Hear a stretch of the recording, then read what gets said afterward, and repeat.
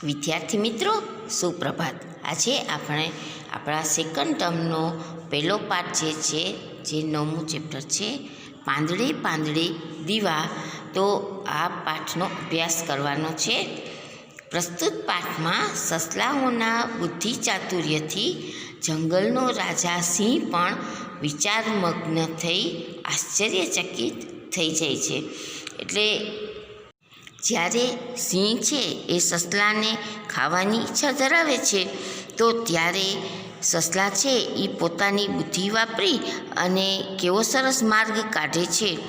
તો તે જોઈને સિંહ પણ વિચારમગ્ન થઈ જાય છે, એટલે કે વિચાર કરતો થઈ જાય છે અને આશ્ચર્યચકિત થઈ જાય છે. બળ કરતાં બુદ્ધિ મહાન છે. તો આ એક દ્રષ્ટાંત એવું પણ છે કે આપણે બળ છે એના કરતાં બુદ્ધિ વાપરીએ તો આપણો રસ્તો છે એ ખૂબ સરળ થઈ જાય છે. તો હવે આપણે પાઠની શરૂઆત કરીએ. જંગલમાં એક ગુફામાં સિંહ રહે. સિંહ તો જંગલનો રાજા. તો જંગલનો રાજા તો સિંહ જ હોય છે અને તે એક ગુફામાં રહેતો હતો. બધા પ્રાણીઓનો રાજા. દિવાળીનો દિવસ હતો. સિંહને ભૂખ લાગી. એ ગુફાની બહાર નીકળ્યો. તો સિંહને ભૂખ લાગી તો એ ગુફાની બહાર નીકળ્યો અને એ તો મજાનો દિવાળીનો દિવસ હતો. ત્યાં સામે જ બે સસલા રૂપાળા સફેદ રૂની પૂણી જેવા. હવે જેવી કેમ રૂ હોય એ એકદમ સફેદ હોય, કૂણું હોય, તો એવા જ આ બંને સસલા હતા, રૂપાળા અને સસલા કૂદતા હતા. પણ સિંહને જોઈને ડરી ગયા. જંગલના રાજા સિંહને જોઈ અને તેઓ બી ગયા. એ ચૂપચાપ ઊભા રહી ગયા અને ડરના માર્યા બંને એકદમ શાંતિથી ચૂપચાપ ઊભા રહી ગયા. આપણે આ ચિત્રમાં જોઈ શકીએ છીએ કે સિંહ છે તો સિંહની સાથે બંને સસલા છે એ ડરતા વાતો કરી રહ્યા છીએ. તો આગળ શું થાય છે અને શું વાતો કરે છે એ જોઈએ. સિંહે જોયું, કૂણા સરસ સસલા, મજા આવશે, એક કોળિયો માંડ થશે. સિંહ સસલા તરફ ગયો. સસલા ફફડી ગયા. સિંહ રાજા, અમને ખાશો નહીં. હવે સિંહે જોયું કે આ તો કૂણા મજાના સસલા છે, પણ માંડ એક કોળિયો જ થશે. તો એના તરફ જતાં સસલા બંને ડરી ગયા, ફફડી ગયા અને તેઓ સિંહ રાજાને કહે છે કે અમને નહીં ખાતા. કેમ ન ખાવ? મને ભૂખ લાગી છે. સિંહે ડોળા દેખાડ્યા એટલે કે મોટી આંખ કરીને તે બોલ્યો કે હું શું કામ ન ખાઉં? મને તો ભૂખ લાગી છે. આજે તો દિવાળી છે, મજાનો દિવસ છે. રાતમાં લોકો દીવડા કરશે, ઘર શણગારશે, ફટાકડા ફોડશે. કેવો મજાનો દિવસ.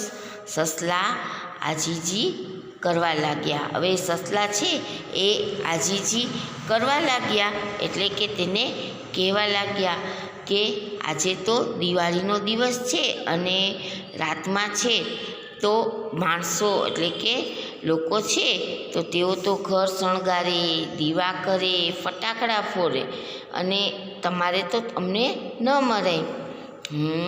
સિંહે હુંકારો કર્યો. પછી વિચાર કર્યો, માણસો દિવાળી ઉજવે તો આપણે કેમ નહીં? પછી સિંહ છે એ પણ વિચારવા લાગ્યો કે હા, એ વાત સાચી કે માણસો તો દિવાળી ઉજવતા હોય છે, તો આપણે જંગલમાં રહી અને જંગલના પ્રાણીઓ પણ કેમ દિવાળી ન ઉજવીએ? હા રાજાજી, સાચી વાત, અમે એ જ કહીએ છીએ. આવા સારા દિવસે કોઈને ન મરાય, બધાને પ્રેમથી મળાય. સસલામાં થોડી હિંમત આવી. હવે સિંહ છે એ પોતે વિચાર કરતો થયો કે આપણે પણ દિવાળી ઉજવવી જોઈએ. તો સસલામાં પણ હિંમત આવી અને તે પણ કહેવા લાગ્યા, આજના સારા દિવસે કોઈને મરાય નહીં, પણ પ્રેમથી રહેવાય. તમને એક શરતે ન મારું. સિંહે શરત મૂકી. હવે સિંહ છે એ શરત મૂકે છે કે તમને એક શરતે મારી એક ઈચ્છા પૂરી કરો તો હું તમને ન મારું. કઈ શરત મહારાજ? બંને સસલા સામ સામે જોવા લાગ્યા. બંને વિચાર કરવા લાગ્યા સસલા અને એકબીજા સામે જોવા લાગ્યા કે કઈ શરત? મારે દિવાળી ઉજવવી છે. મારી ગુફા સામે વૃક્ષના પાંદડે પાંદડે દીવા કરો તો હું તમને ખાઈશ નહીં. હવે સિંહ છે એમણે સસલાની સામે એક શરત મૂકી કે તમારે પણ બચવું જ છે અને આપણે દિવાળી ઉજવવી છે. તો એક શરત છે કે મારા ગુફાની સામે આ જે વૃક્ષ દેખાય છે એના દરેક પાંદડે જો તમે દીવા કરો તો હું તમને ન ખાઉં. સિંહની શરત સસલાને આકરી લાગી. હવે આટલી આકરી છે, ડિફિકલ્ટ છે એ શરત છે એ સસલાને વિચારતા કરી દીધા અને તેઓને આ શરત આકરી લાગી. તો એ બંને સસલાએ હા પાડી. રાત્રે પાંદડે પાંદડે દીવા થઈ જશે મહારાજ, તમે નિરાતે ગુફામાં સૂઈ જાઓ. રાત્રે જોજો દીવા ઝળહળતા હશે. હવે એ બંનેને શરત આકરી તો લાગી પણ છતાં હા પાડી કે રાત્રે તમે ઉઠીને જોશો તો પાંદડે પાંદડે દીવા ઝળહળતા હશે અને તમે અત્યારે નિરાતે ગુફામાં જઈને સૂઈ જાઓ. ભલે, એમ કહીને સિંહ ગુફામાં ગયો. સસલા વિચારે હવે શું કરવું? પાંદડે પાંદડે દીવા કેમ પ્રગટાવશું?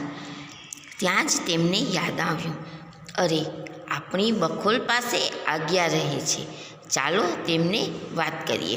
હવે સસલા છે એ બખોલમાં રહેતા હોય, જમીનની અંદર એવું ભોણ કરી અને તેવી બખોલમાં અથવા તો ઝાડ છે એની બખોલમાં રહેતા હોય. તો એ લોકોને પણ યાદ આવ્યું કે આપણી બખોલ પાસે આજ્ઞા રહે છે. તો આજ્ઞા કોને કહેવાય? કે એ અંધારામાં ચમકતું એક જંતુ કે જે આપણે જંગલમાં છીએ અથવા તો ગામમાં છે તો રાત્રે જે જંતુ છે એટલે કે એ લાઇટ આપે, દેખાય ચમકતું, તો આપણે ચાલો ને એના પાસે જઈએ એટલે ને ચાલો તેમને વાત કરીએ કે આપણે જે આટલો મોટો અત્યારે પ્રોબ્લેમ છે તો એનું સોલ્યુશન તે જ લઈ આવી શકશે. તો આપણે તેમને વાત કરીએ. બંને ગયા આજ્ઞા પાસે, બધી માંડીને વાત કરી. આજ્ઞા કહે તમે બંને મૂંઝાશો નહીં, અમે બધા આજ્ઞા વૃક્ષના પાંદડે પાંદડે બેસી જઈશું ને અમારો પ્રકાશ દીવડાની જેમ ચમકશે. હવે આ આજ્ઞા છે એ પણ સસલાને મદદ કરવા માટે તૈયાર થઈ ગયા. તો જ્યારે સસલાએ બધી વાત કરી તો શું કહે છે કે તમે બંને મૂંઝાશો નહીં. તો આ કેવા સારા મિત્રો કહેવાય કે જ્યારે બંને સસલા છે એ મૂંઝાઈને બેઠા છે તો ત્યારે તેમને મદદ કરવા તૈયાર છે કે અમે બધા આજ્ઞા વૃક્ષના પાંદડે પાંદડે બેસી જઈશું, અમે બધા વૃક્ષના પાંદડા પર બેસી જઈશું અને અમે અમારો જે પ્રકાશ છે એ દીવડાની જેમ ચમકતો દેખાશે. રાત પડી. દિવાળીની રાત એટલે અંધારી રાત. આપણે ખબર છે કે દિવાળી છે એ આસો માસની અમાસના દિવસે આવે એટલે કે ચંદ્ર છે એ બરાબર આકાશમાંથી ગાયબ હોય અને તેનું જરા પણ અજવાળું પૃથ્વી પર આવતું ન હોય. તો દિવાળીની રાત એટલે અંધારી રાત. સિંહભાઈ જાગ્યા, ગુફાની બહાર આવ્યા. જોયું તો અંધકારમાં તારલિયાની જેમ વૃક્ષના પાંદડે પાંદડે ટમટમ દીવડાઓ થતા હતા અને એને જોયું તો અંધારી રાતમાં તો વૃક્ષના પાંદડે પાંદડે દીવડાઓ છે એ ટમટમ થતા હતા. સિંહ રાજી થયા, સસલા રાજી થયા. બીજે દિવસે બેસતું વર્ષ ઉજવ્યું. સૌ પ્રાણીઓ એકબીજાને મળ્યા અને પ્રેમથી જંગલમાં સાથે રહ્યા. હવે ટમટમતા દીવડાઓ જોઈ અને સિંહ તો રાજી થઈ ગયો અને સિંહ રાજી થઈ ગયો એટલે સસલા પણ બચી ગયા અને તેઓ પણ રાજી થઈ ગયા. દિવાળીના બીજા દિવસે બેસતું વર્ષ આવતું હોય છે, તો ત્યારે બધા પ્રાણીઓ છે જંગલના એ એકબીજાને મળ્યા અને પ્રેમથી જંગલમાં રહ્યા. તો જોયું ને વિદ્યાર્થી મિત્રો કે આજ્ઞા જેવા નાનકડા જંતુએ તો એણે પણ એનો મિત્ર જ્યારે સસલા છે એ હેરાન થતા હતા તો એને કેવા મદદ કરવા દોડી ગયા. તો આપણે પણ આ પાઠમાંથી એ જ શીખ લેવાની છે કે જેવી રીતે એ જંતુ છે એ મદદ કરી શકે તો આપણે પણ આપણા ઘર પરિવારના મિત્રો સાથે દરેકને જેને જરૂર હોય તો ત્યાં આપણે મદદ કરવા પહોંચી જવું જોઈએ. જોયું ને આ ચિત્રમાં કે કેવા આજ્ઞા બેસી ગયા અને સસલાને બચાવી લીધા અને બિચારા સિંહભાઈ તો એનો તો ખોરાક પણ સસલાની બુદ્ધિ ચાતુર્યથી વયો ગયો. હવે આગળ સિંહ માથું ખંજવાળે. રાતે પાંદડે પાંદડે દીવા થયા સી રીતે. હવે એ તો વિચાર કરતો થઈ ગયો સિંહ તો માથું ખંજવાળે એટલે કે ઊંડો વિચાર કરવા લાગ્યો કે રાત્રે પાંદડે પાંદડે કેવી રીતે દીવા થઈ શકે. આજ દિન સુધી સિંહને ખબર નથી. તમે પણ સિંહને કહેતા નહીં. હવે આજ દિવસ સુધી સિંહને એ નથી ખબર કે વૃક્ષના પાંદડે પાંદડે દીવા થયા સી રીતે, તો તમે પણ એને કહેતા નહીં. તો આપણે પણ લેખક વાસુદેવ સોઢા છે એ કહેવાની ના પાડે છે સિંહને, તો આપણે કહેશું નહીં. હવે તેના શબ્દાર્થ જોઈએ. શરત, સ્પર્ધા, હોડ, રેસ, બેટ, વેગર.